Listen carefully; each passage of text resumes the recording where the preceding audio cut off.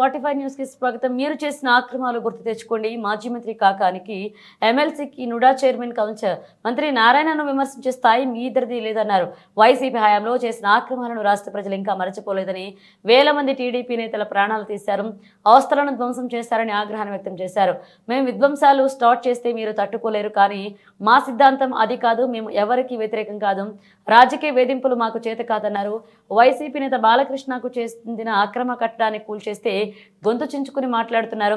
బాలాజీనగర్లో 3 కోట్ల విలువైన కాలువ పోరంబోకు స్థలాన్ని ఆక్రమించి బిల్డింగ్ కడితే అధికారులు సైలెంట్ గా ఉంటారా అని ప్రశ్నించారు. బాలకృష్ణకు చెందిన అక్రమ కట్టడం కూల్చివేతతో ఎవరికి జోక్యం లేదు, కక్ష సాధింపులకు మేము దూరమన్నారు. కోర్టు ఆర్డర్ మేరకు కూలిస్తే అధికారులను బెదిరిస్తారా? గతంలో టీడీపీ నేత జహీర్ ఇల్లు కూల్చేసేటప్పుడు కాకాని గోవర్ధన్ రెడ్డి, ఎమ్మెల్సీ చంద్రశేఖర్ రెడ్డి ఎందుకు మౌనంగా ఉన్నారని ప్రశ్నించారు. పోలీసులను అడ్డం పెట్టుకుని మీలా మేం విధ్వంసాలు చేయడం లేదు, పాలనను గాడిలో పెడుతున్నాం. బీసీ నేతలపై మాజీ మంత్రి కాకాని అక్రమ కేసులు బనాయించలేదా అన్నారు.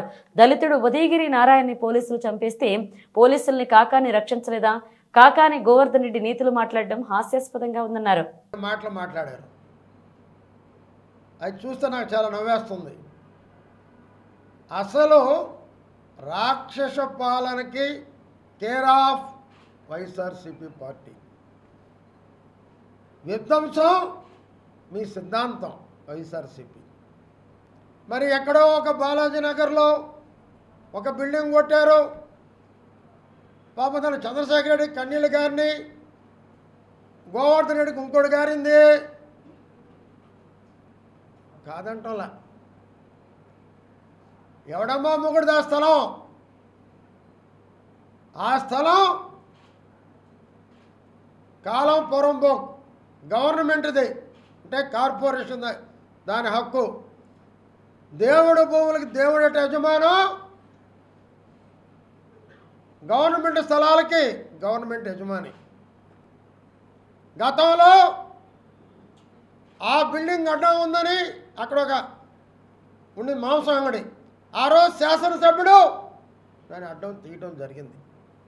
మళ్ళీ అక్కడ కొద్ది రోజులు గుడిసేసుకొని రియల్ ఎస్టేట్ వ్యాపారం పెట్టి ఆ సుబ్బారెడ్డి అనే వ్యక్తి ఈరోజు ఆయన బాలకృష్ణారెడ్డి మీద కపట ప్రేమ చూపిస్తున్నారు.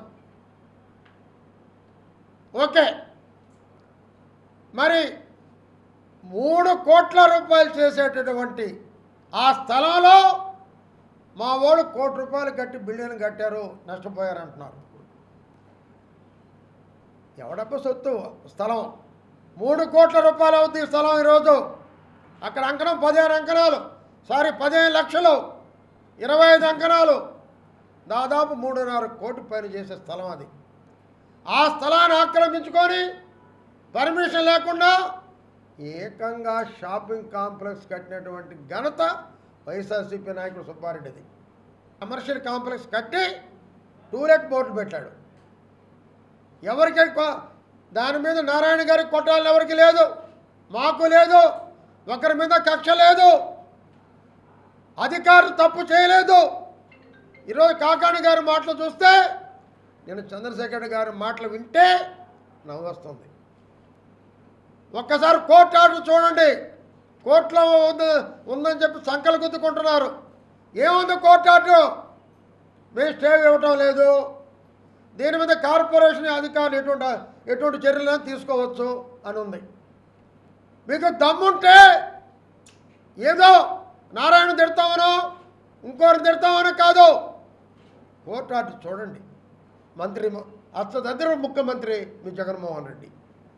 నెల్లూరు జిల్లాలో ఎత్తుకుంటే నెల్లూరు టౌన్లో మా జహీర్ ఒక పట్టా ఉంది వెంకటేశ్వరపురంలో, పాస్బుక్, అది 3 అంతస్తుల బిల్డింగ్లు కట్టుకున్నారు. ఓట్లే లేదని ఆనాడు అనిల్ కుమార్ యాదవ్ నిర్దాక్షిణ్యంగా కూల్చేశాడు. స్థలం లేఅవుట్, పాస్బుక్ గవర్నమెంట్ ఇచ్చింది. ఆ రోజు ఏం చేస్తున్నావు చంద్రశేఖర్ రెడ్డి? ఆ రోజు ఎక్కడున్నావు నువ్వు? ఆ రోజు ఎక్కడున్నావు నువ్వు? కాకాని గోవర్ధన్ రెడ్డి, సమాధానం చెప్పు. అరాచక పాలన చేసింది మీరు. ఏం బెదిరిస్తున్నావా? మా ప్రభుత్వం వస్తుంది. చంద్రశేఖర్ రెడ్డి, కాకాని గోవర్ధన్ రెడ్డి మొత్తాన్ని పగటికల్లా బాగా అంటున్నారు మీరు. ఈ జన్మలో మీరు ఇంకా ముఖ్యమంత్రి జగన్మోహన్ కాలేరు, మీరు గెలవలేరు. మేమే మీలాగా పరిపాలన చేస్తుంటే ఒక్క వైసీపీ కార్యకర్త కూడా తిరగలేడు. మీరా మా నారాయణ తిట్టేది, మీరా మా తెలుగుదేశాన్ని తిట్టేది. 10 తీర్చుకుంటారంట. మీ ముఖం మీ పార్టీ వస్తేగా తీర్చడం. అనవసరంగా మాట్లాడితే పరిణామాలు తీవ్రంగా ఉంటాయని హెచ్చరిస్తున్నా.